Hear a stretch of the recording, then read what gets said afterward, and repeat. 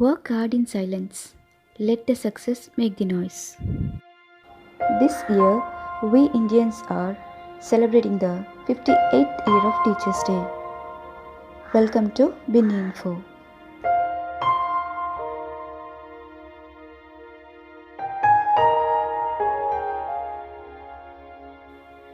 The greatest Indian teacher of all the time every year on September 5th.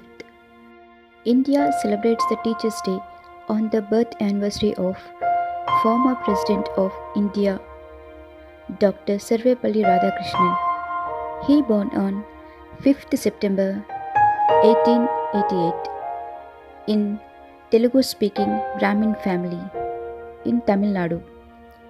He was an Indian philosopher and statesman, was the second president and the first vice president of India. He was a very prominent scholar. He held a stark record in academics ever since he was young. Radhakrishnan played in almost all fields of social sciences. He was a passionate teacher and his teaching career spanned for many years. He taught at Chennai's Presidency College and Calcutta University in 1937. Then he became the Vice Chancellor of Andhra Pradesh University. In 1936, he was called by Oxford to teach the subject Eastern Religions and Ethics. He taught there for about 16 years.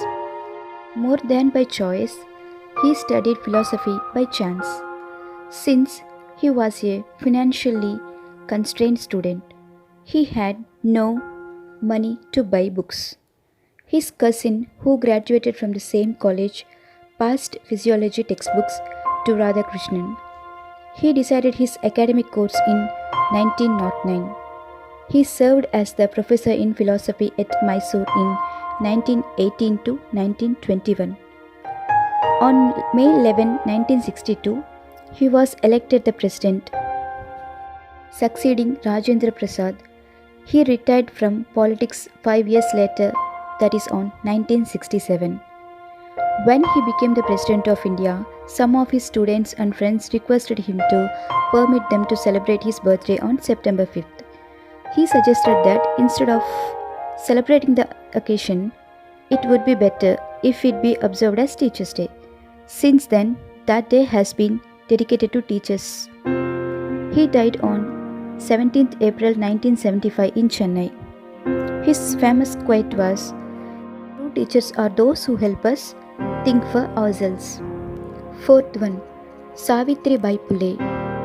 She was India's first female teacher in a country where women are still not seen at par with women. Savitribai's role as a teacher at a village school in Pune, just a year after the independence, is remarkable. She born on 3rd January 1831 in Maharashtra. She was an Indian social reformer, educationalist and poet from Maharashtra. She played an important role in improving women's rights in India. She is regarded as the mother of Indian feminism. Savitribai Pule and her husband were pioneers of women education in India on 1848. She also enrolled in 2 teacher training programs. The first one was at institution run by an American missionary, Cynthia Ferrar, in Ahmednagar. The second course was at an normal school in Pune. Savitribai Pule may have been the first Indian women teacher and headmistress. It is said that when Savitribai would go to the school, people used to throw cow dung, stones, and rotten vegetables and eggs at her. Still fighting against all odds, her husband and she went to open 5 more schools. She founded India's first women's school in Pune in 1848. Jyoti Rao summarized Savitribai's and his work in an interview to the Christian missionary periodical Jnanodaya on 15 September 1853, saying that the improvement that comes about in a child due to the mother is very important and good. With this thought, I started the school for girls first. But my caste brethren did not like that. I was educating girls, and my own father threw us out of the house. Nobody was ready to give space for the school. Together with her husband, she taught children from different castes and opened a total of 18 schools. The couple also opened a cat center called Bal Hatya Pratibandhak Gruhi, which means Child Killing Prohibition Home for pregnant rape victims, and helped deliver and saved their children. She died on March 1897. Her famous quote was, "We shall overcome and success will be ours in the future." Third one, Rabindranath Tagore. He was born on May 7, 1861. He was a Bengali poet, writer, composer, philosopher, and painter. He established a school which worked as a connecting thread between India and the world, reinventing the concept of Gurukul. As one of the earliest educators to think in terms of the global village, his educational model has a unique sensitivity and aptness for education within the multiracial, multilingual, and multicultural stations. Learning should be linked with joy and ecstasy. He wanted to give a education in a natural surroundings characterized by freedom and creativity. He said that teaching while walking is the best method of teaching. He suggested that social science subject could be better taught through excursions and study forms. According to him, education means enabling the mind to find out that ultimate truth which emancipates us from the bondage of dust and gives us wealth, not of power but of love. It is divine wealth. He believed that the teacher's own life, his own search for truth, should be such that encourages the student to respect truth and nature. His famous quote was, "A good teacher is like a candle. It consumes itself to light the way for others." Second one, Meenakshi Amma. An inspiring story of 79 years old teacher who has mastered the martial art for the last 70 years. She was born on 1941, is a practitioner and the traditional martial arts form of Kerala. Every year, 150 to 160 students learn the martial arts in her school, where she is teaching more than 56 years. Meenakshi Amma was introduced to Kallaripattu at the age of 7 under V.P. Raghavan Master, whom she married at the age of 17. After husband's death in 2007, Meenakshi Amma took over the reins of the Kallari Sangam established by her husband. Kallari, which is visited by many students even from abroad, still maintains the traditional value system.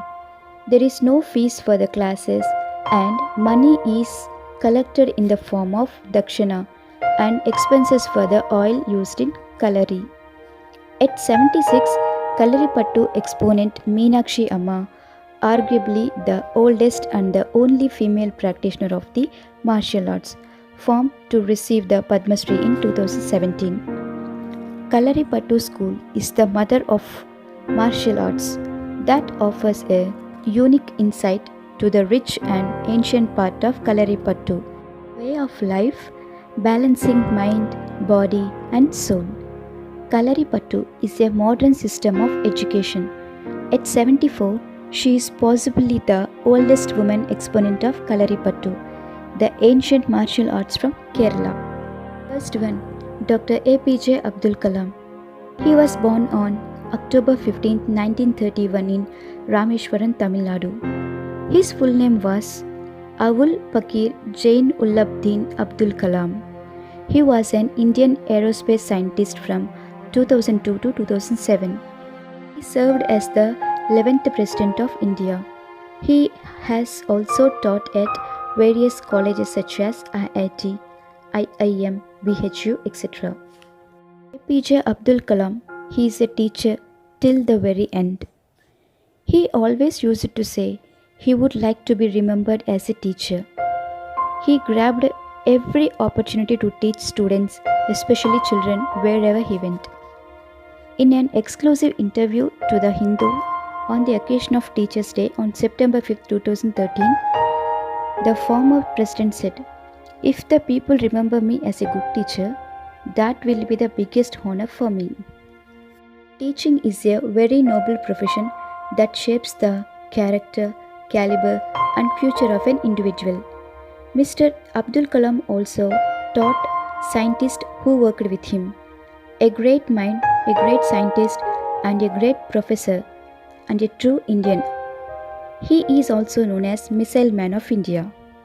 Teacher Day would be incomplete without remembering Dr. A.P.J. Abdul Kalam, our ex-president, a scientist, a scholar, and an excellent teacher.